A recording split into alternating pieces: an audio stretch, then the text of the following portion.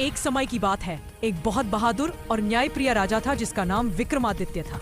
राजा को शिकार का बहुत शौक था और वह अक्सर घने जंगलों में शिकार के लिए जाया करता था। एक दिन राजा अपने कुछ सैनिकों और विश्वास पात्र मंत्री के साथ घोड़ों पर सवार होकर एक विशाल जंगल की ओर चला। यह जंगल अपनी हरियाली और अनगिनत तरह तरह के जानवरों के लिए प्रसिद्ध था। जैसे ही वे जंगल के अंदर गए, राजा ने देखा कि जंगल कितना जीवंत था। पेड़ों की ऊंची ऊंची शाखाओं पर रंग बिरंगे तोते अपनी मीठी बोली में शोर मचा रहे थे। ऊंचे पेड़ों के तनों पर गिलहरियां फुर्ती से ऊपर नीचे दौड़ रही थीं।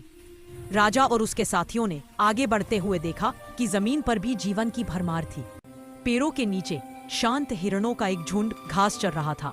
उनकी आंखें बड़ी और चौकन्नी थी। पास ही एक छोटी नदी के किनारे पानी पीने आए जंगली सुअर की हलचल सुनाई दे रही थी। थोड़ा और अंदर जाने पर उन्हें एक बड़ा मैदान दिखा। वहां राजा को कुछ अद्भुत जानवर दिखे। शक्तिशाली बाघ, एक बड़ा धारीदार बाघ पत्तों के बीच चुपचाप बैठा। उसकी आंखें शिकार की तलाश में थी। चंचल बंदर, पेड़ों पर झूलते हुए बंदरों का एक समूह था जो आपस में उछल कूद कर रहे थे और एक दूसरे को तंग कर रहे थे। धीरे चलते कछुए, पानी के पास कुछ बड़े बड़े कछुए धूप सेंक रहे थे। विशाल हाथी, एलिफेंट्स, दूर एक दलदल के पास हाथियों का एक झुंड अपनी सूंड से पानी और धूल उछाल रहा था। शिकार की खोज करते हुए राजा विक्रमादित्य ने एक बहुत ही दुर्लभ सफेद मोर, रेयर व्हाइट पीकॉक को देखा जो अपने शानदार पंखों को फैलाए नाच रहा था। उसकी सुंदरता ऐसी थी कि राजा पलकें झपकाना भूल गया। राजा ने महसूस किया कि इस जंगल में इतने तरह के जानवर थे कि उन्हें बस देखना भी एक अद्भुत अनुभव था। उनकी विविधता और जंगल की सुंदरता ने राजा का मन मोह लिया।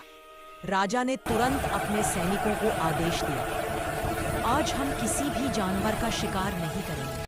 इस जंगल का सौंदर्य और इसमें रहने वाले इन सभी तरह के जीवों का जीवन इतना कीमती है कि मैं इसे नष्ट नहीं करना चाहता। आज हम केवल प्रकृति की इस अद्भुत रचना को देखेंगे और इसका सम्मान करेंगे।